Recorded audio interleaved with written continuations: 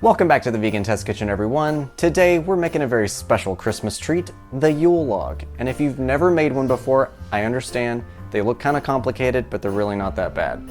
I made one for the first time this year and I didn't have any issues with it. So we're gonna go over each component of the Yule Log step by step. It's gonna be easy, it's gonna be fun.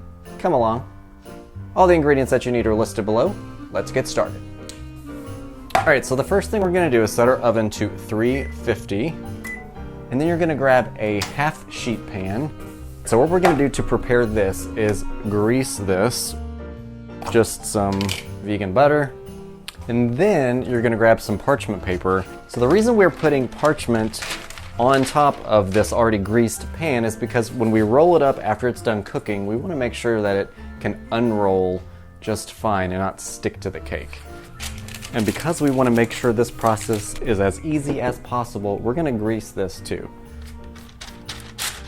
All right, we're going to sprinkle just a little bit of flour on this to help with that release as well. All right, now we're going to make our cake. So grab a large mixing bowl. We're going to sift in 1.5 cups of cake flour, along with our cocoa powder, because we're making a chocolate cake. And we're going to throw in our salt and baking soda along with our sugar.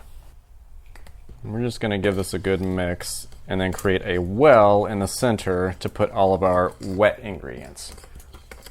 And our wet ingredients are 1.5 teaspoon of vanilla extract, 1/3 cup of canola oil, 1 tablespoon of apple cider vinegar, and 1 cup of liquid. You either need water, or if you want to make it a nice rich chocolate taste, use some coffee. Just make sure it's cold. All right, we're gonna mix this until we don't see any clumps.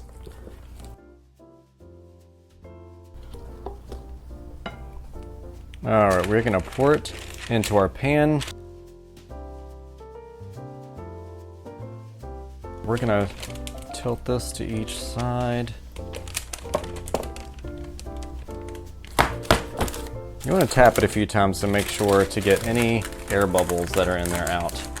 And into the oven it goes, and this is the most important part. You want to make sure that you do not over bake this.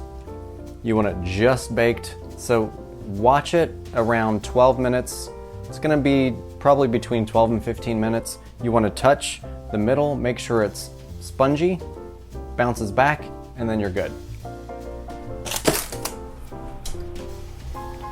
All right, this has been about 12 minutes, maybe 13, and it's really exactly what we want. We want it to be a little springy, and when we put a toothpick in it, it came out clean.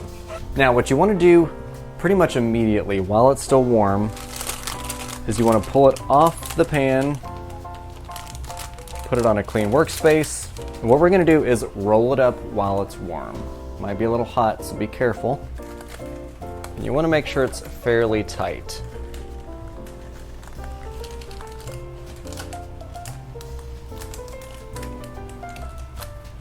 And yes, this is very hot. So it's a little hard to see with the excess parchment, but if you can see in there, you see that it's not broken. It has not split, and that's good. All right, so you want to make sure this is completely cool before we unroll it and put our lovely buttercream in there. All right, so our cake is halfway done. Now what we're gonna do is make our ganache topping. This is gonna be chocolate as well, and that's what we're gonna be putting on top of the log. Now, making chocolate ganache is probably one of the easiest things you can do. We're gonna be taking coconut milk, which is the canned coconut, not the non-dairy beverage variety, but the really full-fat canned coconut. And after refrigerating it, at least overnight, we're gonna open this up and take out all of the cream on the top, the really thick part. And that's the cool thing that happens with this after you put it in the fridge, is the thick part solidifies and it rises to the top. Just want to make sure that you do not shake the can after you take it out of the fridge. You want to make sure all of that nice solid coconut is at the top. Now we are going to get a cup of this. And if you get some liquid, that is fine.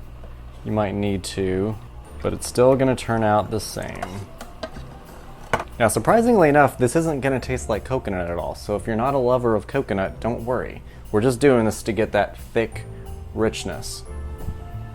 Okay, and then we're gonna measure out 8 ounces of either chocolate chips or the baker's chocolate. Just make sure it's a semi-sweet, so that way there is some sweetness to it.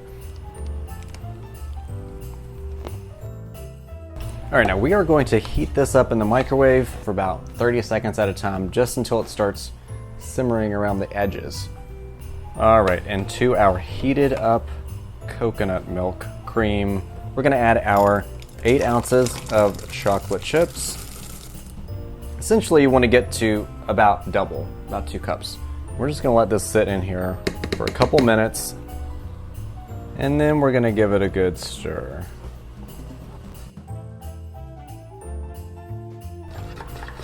And once it's all incorporated, you're left with this velvety smooth chocolate ganache.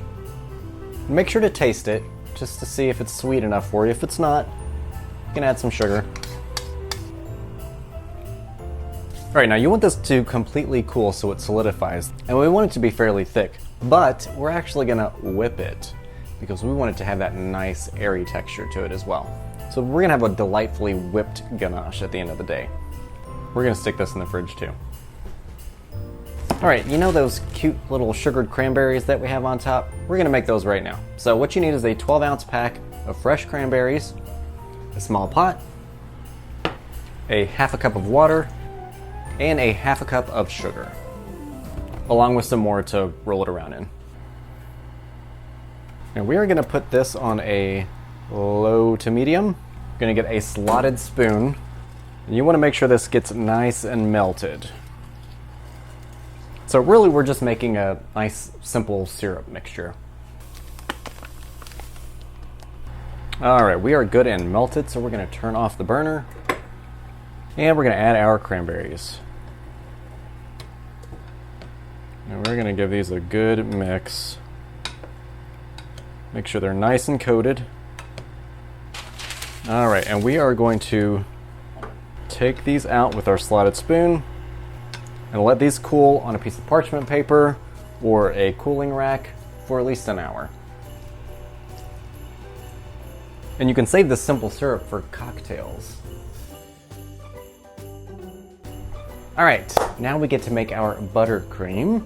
This is gonna get messy, so if you have a KitchenAid, I recommend using that. Otherwise, wear an apron, maybe put plastic all over the kitchen. Anytime you work with powdered sugar and you're blending it, good luck. All right, this is gonna be a very simple buttercream recipe. We're actually using vegetable shortening as the main fat, and we're gonna add some powdered sugar. Just make sure that you sift the powdered sugar. Otherwise, you're gonna get grainy, clumpy buttercream, and ain't nobody liking that. All right, we are just going to use 3/4 cups of shortening. We're gonna go ahead and start this and mix this on a low for at least a minute or so. And then we're gonna slowly add our sifted powdered sugar.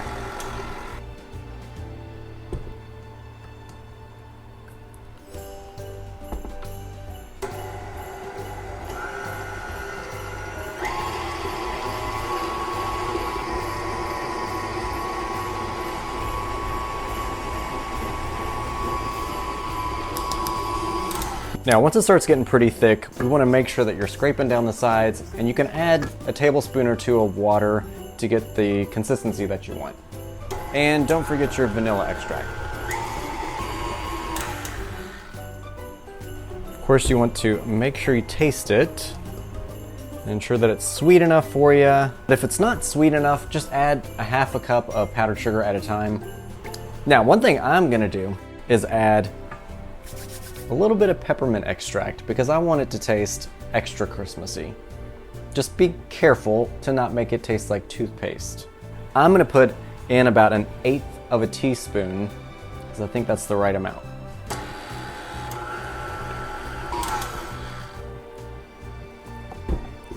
All right, I think our cake is cool enough. All right, so this is the nerve-wracking part, but just so you know, if you happen to crack the cake, it's okay. Just cover it up with icing.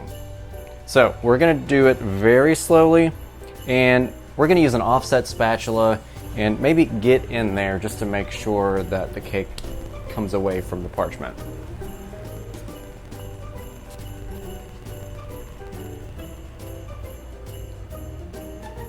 As you can see, mine cracked horribly. I made one for the first time this year and I didn't have any issues with it.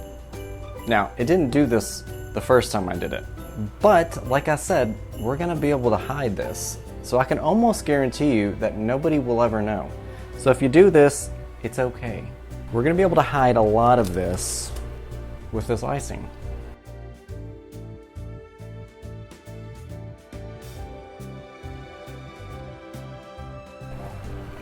Now for the second most terrifying part, the rolling back up. This shouldn't be as bad.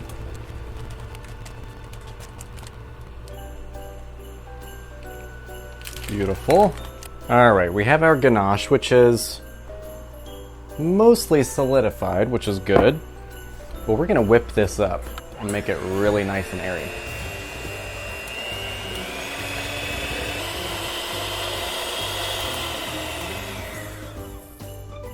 And we have this wonderful light chocolatey frosting.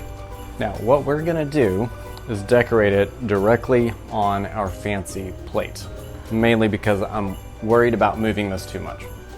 So what we're gonna do is chop this into 3/4 and 1/4. And that quarter section we're gonna use as kind of an offshoot log. It's gonna look like, you know, well, you saw the thumbnail. Beautiful. Now for this offshoot piece, what we're gonna do is trim it at an angle like so. That way when we put it on, it's gonna look like it's coming out a little crazy. And now we're going to add our chocolate frosting.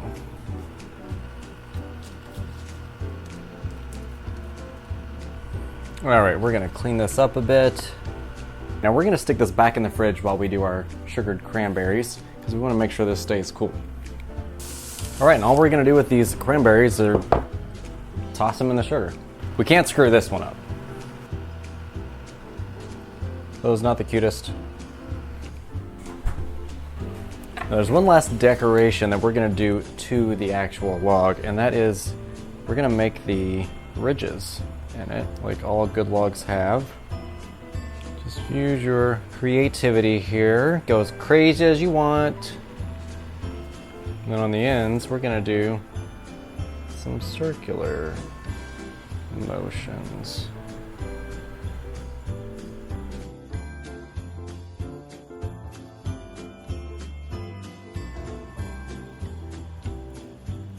Is that not the cutest thing?